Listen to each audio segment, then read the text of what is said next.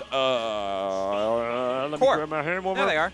Oh, yeah, Core. This is the one who did defeat Syrup to get here. Yeah, it is. Wow. That's So, an upset. Upsetting Syrup. And Syrup, by the way, got second last week out of the bracket, losing to Sensei. Oh, my goodness. Man doesn't even play the game. No. Oh, my God. Oh, man. That is upset city right there against number 4 in the current number 4 in the great state of New Jersey. Yeah. And current number 15 is what we're going to have on stream for you guys right here. Haven's been a staple of the scene for quite a long time now. Has been up and down in several different spots on the PR throughout the years in several games. But an Ultimate 2 has been bouncing around quite a bit. Core, though, out here with the upset, showing you what they can do here in these pools matches. And let's find out who it says on the Smash GG or who it says on the screen. Yep, he looked young enough. Enderman. He looked young enough. The guy. He looked young enough. Of course it's a Steve. He's a Minecraft player. Of course it's a Steve. He's frequented the PvP service. We know. Every Steve out here with the Enderman. I'm not going to lie. It's my favorite skin, too, for Steve. I'm not going to lie. I definitely do like the Enderman model the most because it's cleaner. It just looks very simpler. It's consistent in its coloring. But whatever. Zombie game. No, I like Zombie, too. I'm a huge COD Zombies fan, so I frankly, I should use that one. Like, you and I don't talk about that enough. We just shook hands off screen. You didn't see that. Ask me about the Call of Duty Zombies lore, please, anyone. It's the vibe. 6-hour-long videos about that.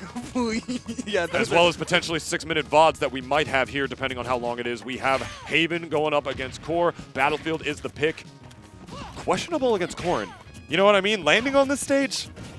It's hectic, but I guess the idea here is to not need to land. Just constantly keep your feet stubs on the ground, but that back air with a nice call out from Haven with the coverage. Go twice over and so willing to. This is the difference that we see in we saw Diddy Steve prior, and Diddy couldn't really contest the minecart. Consistently, Haven will be able to because that back air is so disjointed, even if it trades. As well as, what's the word I'm saying here? As well as propels her away. Oh, you know, like literally like makes it safe for her on top of that. Beautiful usage of the insta-pin right there, recognizing not to go in that time around. That's bread and butter Corrin stuff, is to know when to commit with that move and when not to. Like that, you need to know when to use that. Trying to go for the ledge trap again, recognizing he doesn't get the hit right there, but he was still able to regrab, by the way. Yeah, he was still able to ledge trap Core because of that. Oh, but it's a regrab, but it doesn't matter because Steve's able to place blocks. You beat me to it. I was gonna say the same thing. But like my sentence was done, so I didn't want to cut you off. I'm like, dude, there's no such thing as regrabs against this character. What are you talking about? This is melee out here. This is melee out here. We got that regrab invulnerability. Yeah. All right, hold on. I need my materials. Hold on.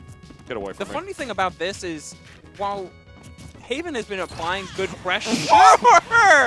Goodbye! Yo, you scratch my back, I scratch yours, my dude. You know what I'm right? God, right in between the blocks. That one's for the highlight reel. Right through the blocks. The charge hitbox of the charge hitbox of the forward smash broke through the blocks, and the rest of the sword did the work. Wow. Woo-wee. That was crazy right there, poking right through. I mean, that's another thing that this character is going to take advantage of. It's some of the better range in this game for sure. I don't have to like commit too hard against this character and eat a bread and butter Steve combo. I won't for sure. Good DI on the up throw right there. Going to be a down throw here just for damage. No conversion at this percent for sure. Back air damn near max rage, nearly killing this Steve. My God, Haven kind of running away with this game one. Finally gets the diamond tools on deck though, as Haven does it again. No. Take two. No. But without hesitation that time. It's timing mix-ups. That's what is. So Corrin doesn't have a lot of just extraneous shenanigans that you have to worry about. It's a nice, good sword and some decent movement, especially on platforms like Battlefield. You're able to cover a lot of space. But when you're able to worry about the Corrin hard counter, Steve. Sorry about that. Our gracious stream runner interrupting the commentators to commentate on his own. I like it. To deliver his takes. And I respect it, right? It's his woke takes. Get woke, everybody. Get woke, boys. Woke, like, I would shout out his Twitter, but he doesn't have a Twitter anymore. Boys and girls. Oh, no. Oh, I shot a beautiful frame trap with the forward air with the Dragon Fang right there. I mean, he was able to make his way in. I mean, it wasn't true at that percent. Or the spacing was just off since he was doing it by the ledge, but you know. But, yeah.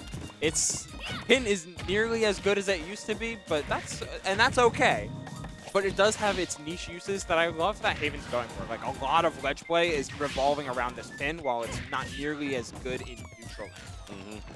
Beautiful up B on the part of Haven as well right there. That's another huge thing to deal with, not having to deal with Anvil in that regard if you time the up B properly. Because that move is invincible. A lot of frames, I should say, is Corrin's up B is invincible. I'm going to be real, I looked away. Like, tell him to do it again. It seemed like Core used their double jump a little too early and was too far away to actually set blocks. Oh, bye. Oh, my. Bye. Okay, yeah. You know that thing that I was saying pre-match where like falling forward air into the Dragon Fang yeah, I remember was that. Pretty crazy? I remember that. Right up against Town and City Blast Zone? Yeah, bye. You remember when Kelvin said that Corrin hard counters his character? Facts, bro. That was so long ago. I get it. I was right. I understand. He gets it. He was right. Wow, this counter pick not working out for Core so far against Haven. Friendship ended with Sephiroth. Corrin is my new friend. Oh, man, clearly. You know, why I have to, just to think about it, why I have to use Shadow Flare and just like sort of like needle and space my way through the blocks and respect it too much with these laggy moves that I have with the range when I can just be in the beef with Corrin instead. That was disgusting. That was dominant. That was dominant gameplay. Let's take a look at this again. Woo! Damn near perfect. Hit him with the Smash 4 stuff. Keywords. But, holy. Wow. That was, yeah. That's a handshake and a half. Yeah. Yeah. You Wow. kind of have to hold that. Sometimes you get outplayed. Yeah. This is what you get for upsetting number 4 in New Jersey. Yes. You Corrin. Surprise. This is what you get. Wow. Well, Howdy. absolute dominance right there. You know, taking advantage of the fact that Corrin has got that insane range and power to break through the block safely on top of that. Not to mention the insane discipline that, you know, Haven already has with this character to know when and when not to use, like, what kicks for insta-pin in whatever situation. Juggling didn't even come into effect right there. Like, he just really played around, you know, everything Steve had to offer so much. Like, he really didn't ever care about the wall traps. Like, oh, I'm going to put this wall here and just start mining my stuff here. Not too many moments where, like, he really respected that because there was a lot more moments where he didn't have to. Falling there is huge, as well as a big hitbox and safe one if you space it properly to get around that right there. And even when he didn't have to, just forward smash through the block, bro. Like, just do it. It was great timings on Haven's part to shake up when the blocks would be destroyed, when they would be useful, and when they wouldn't. And the fact that Haven looked a Steve player in the eye and said, your wall setups will be useless, you might as well not go for them. With his gameplay, that's shaking to the core of the very foundation of what makes the character good. Yeah, and if you don't know how to do too much else besides utilize those walls, then you're going to get hard countered by some of Steve's more rough matchups. It's GG's. All right. So that was our top 8 qualifiers, 2 of them at least. The other 2 having been, let us check this out here, WebJP over Mateo, as well as BD Bean and Jackal is still going on off stream. So that'll round out the winner side of top 8, but that's going to do it for us in this bracket, or in this commentary box, excuse me. So if you like what you heard, you feel free to follow us right down below.